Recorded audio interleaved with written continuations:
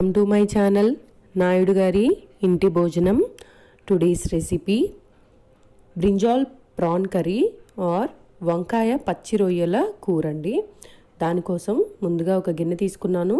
గిన్నెలో ఆయిల్ వేసుకొని ఆయిల్ వేడయ్యాక దాంట్లోకి ఆవాలు, ఒక ఎండుమిర్చి విరగొట్టి వేసుకున్నాను. దాంట్లోకి కాస్త జీలకర్ర వేసుకొని పోపు పెట్టుకున్నాను. ఇప్పుడు ఆ పోపులోకి పచ్చిమిరపకాయలు ఒక 2-3 చీలికలు వేసుకున్నాను. ఒక ఆనియన్ అండి, మీడియం సైజ్ ఆనియన్ తీసుకొని ముక్కలుగా తరిగి వేసుకుంటున్నాను. ఆనియన్స్ బ్రౌన్ కలర్ అవ్వాలి. బ్రౌన్ కలర్ అయ్యేదాకా వేగనివ్వాలి. మధ్య మధ్యలో కలుపుకుంటూ ఆనియన్స్ని బ్రౌన్ కలర్ వచ్చే వరకు వేగనివ్వండి. ఇది కాస్త సింపుల్ రెసిపీయే అండి, మీకు ఈజీగానే అనిపిస్తుంది, నాన్ వెజ్ కర్రీయే కదా. సో ఇక్కడ చూసారు కదా, నేను కొంచెం ఉప్పు వేసుకున్నాను. ఒకసారి మిక్స్ చేసుకొని దీన్ని కాసేపు బ్రౌన్ కలర్ వచ్చే వరకు వేగనిస్తాను. మీరు రొయ్యలు పిల్లలకి చాలా మంచిదండి. అది దాంట్లో ఏమి ముళ్ళులాగా అట్లా కూడా ఉండవు కాబట్టి, సీ ఫుడ్ కాబట్టి పిల్లలకి నచ్చుతుంది. కొంచెం ఇలా గ్రేవీ లాగా కర్రీస్ లాగా ఉంటే వాళ్ళకి ఈజీగా తినడానికి కూడా బాగుంటుంది. ఒకసారి ట్రై చేసి చూడండి. మనం కూడా అన్నంలోకి వేసుకొని తినడానికి చాలా రుచిగా ఉంటుంది. చూసారు కదా, నేను ఇక్కడ కాస్త పసుపు వేసుకుని దాన్ని వేగనిచ్చాను. బ్రౌన్ కలర్ అయ్యాక దాంట్లోకి టొమాటోలు వేసుకున్నాను. నేను ఇక్కడ టొమాటోలు మీడియం సైజ్వి ఒక 3 తీసుకున్నా అండి. 3 టొమాటోలు వేసుకొని దీన్ని మషీగా అయ్యేంత వరకు కుక్ చేసుకోవాలి. కాస్త మెత్తపడాలండి టొమాటో. కాసేపు మూత పెట్టి మగ్గించుకున్నాము. టొమాటో మగ్గిన తర్వాత దాంట్లోకి వంకాయ ముక్కలు వేసుకుంటాను. వంకాయ ముక్కలు మీరు తరిగి పెట్టుకునేటప్పుడు ముందుగానే వాటర్లో కొంచెం ఉప్పు వేసుకొని ముక్కలు కట్ చేసుకున్నాక దాంట్లోకి వేసుకోండి, లేకపోతే కండ్రెక్కుతాయి. ఇదిగోండి చూసారు కదా, టొమాటో కుక్ అయింది. టొమాటో కుక్ అయ్యాక దీంట్లోకి వంకాయలు వేసుకుందాము. వంకాయ ముక్కలు నేను ఎలా కోసానో చూపిస్తాను చూడండి. ఈ సైజు కోసుకోవాలా. ఇదిగోండి చూసారు కదా, అలా కోసుకోవాలండి.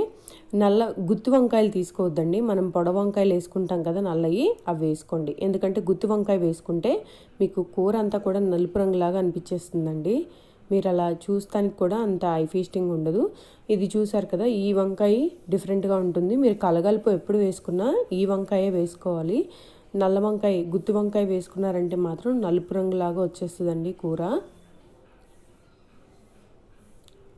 చూసారు కదా, ఒక్కసారి మిక్స్ చేసుకొని వంకాయ కూడా మగ్గనిస్తాను. వంకాయ వేసుకున్నాక దీంట్లో కాస్త ఉప్పు వేసుకోవాలండి మళ్ళీ కూడా.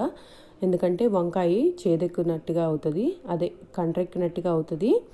కాబట్టి కాస్త ఉప్పు వేసుకొని కలుపుకొని దాన్ని మూత పెట్టేసి వంకాయ కాసేపు మగ్గనిద్దాము.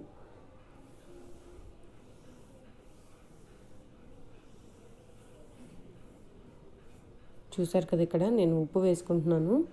ఉప్పు వేసేసుకొని ఒకసారి మళ్ళీ మిక్స్ చేసుకొని దీన్ని కాసేపు కుక్ చేసుకుంటాను. నేను రొయ్యలు ముందుగానే కడిగి పెట్టుకున్నా అండి.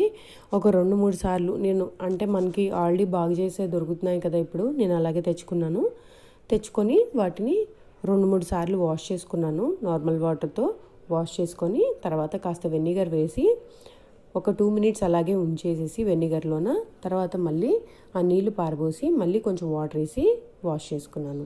అప్పుడు మీకు రొయ్యలు వాసన రావండి. అలాగే చేసుకొని ట్రై చేయండి మీరు కూడా. ఇక్కడ నేను కారం వేసేసుకున్నాను. దీంట్లోకి పెద్దగా మసాలాలు ఏమీ అవసరం లేదండి.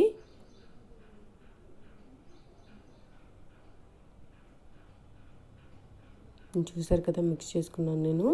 మిక్స్ చేసేసుకొని దీంట్లోకి చింతపండు పులుసు అవి వేసుకోవాలి.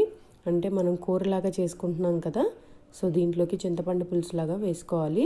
చింతపండు పులుసు కూడా నేను ముందుగానే చింతపండుని నానబెట్టేసేసి ఆ తొక్కలన్నీ నలిపేసి దాంట్లోంచి రసం తీసేస్తా అండి. వడగొట్టుకునేది ఉంటుంది కదా మనకి, ఫిల్టర్ లాంటి పెద్దవి, దాంట్లో నుంచి తీసేస్తే మీకు ఆ ఇసుక అది కూడా రాకోకుండా మంచిగా కిందకి డ్రైన్ అవుతుంది. అది నేను ఫ్రీజర్లో స్టోర్ చేసుకుంటాను. అదే అండి నేను చేసే చింతపండు పులుసు. అంటే నేను దీన్ని ఉడకబెట్టను, పచ్చిదే అండి అది. వాటర్ వేసి నేను స్క్వీజ్ చేసిన చింతపండు పులుసు అది. చూసారు కదా, నేను సరిపడా చింతపండు పులుసు వేసుకొని దాంట్లోకి వాటర్ వేసుకున్నాను. ఇది కాసేపు ఉడకాలండి.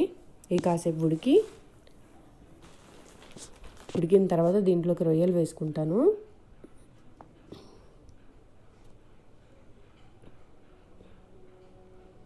ఇట్లాంటి సింపుల్ అండ్ బేసిక్ కర్రీస్ నేర్చుకోండి, మీకు కూడా తేలిగ్గా ఉంటుంది. నాన్ వెజ్ చేసుకోవటం కష్టంగా ఏముండదు. అండ్ ఇప్పుడు అన్నీ మనకి వాష్ చేసే దొరుకుతున్నాయి. మనం ఇంటికి తెచ్చాక ఒకసారి వాష్ చేసుకొని వేసేసుకుంటే అయిపోతుంది. మనం ఇదివరకులాగా బాగు చేసుకునే పని అవేమీ లేవు కదండి. ఇప్పుడు అన్నీ మనకి ఎలా కావాలంటే అలా కట్ చేసే దొరుకుతున్నాయి. చూసారు కదా, రొయ్యలు వాష్ చేసేసుకొని పచ్చి రొయ్యల్ని దీంట్లోకి వేసుకున్నాను. ఎప్పుడైనా నాన్ వెజ్ని ఒక వెజిటబుల్ కాంబినేషన్లో తింటే అటు వెజిటబుల్స్ తిన్నట్టు ఉంటుంది, నాన్ వెజ్ కూడా తిన్నట్టు ఉంటుందండి.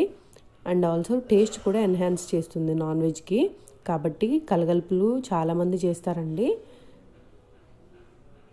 చూసారు కదా, రొయ్యలు వేసుకొని మూత పెట్టేశాను. మీరు అచ్చంగా నాన్ వెజ్ తినే ఫ్యామిలీయే అయితే ఇఫ్ ఇన్ కేస్ ఇట్లాగ చేసుకోండి, అటు వెజిటబుల్స్ కూడా తిన్నట్టుగా ఉంటాయి. మీకు కొన్ని కలగలుపులు బాగుంటాయి. చూసారు కదా,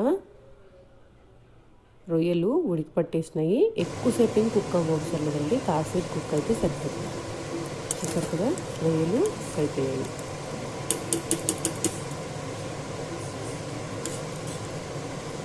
అంతే అండి, రొయ్యలు కూర ఎంతో రుచిగా ఉంటుంది.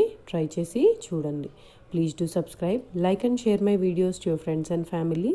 Thanks for watching this video. Please do support.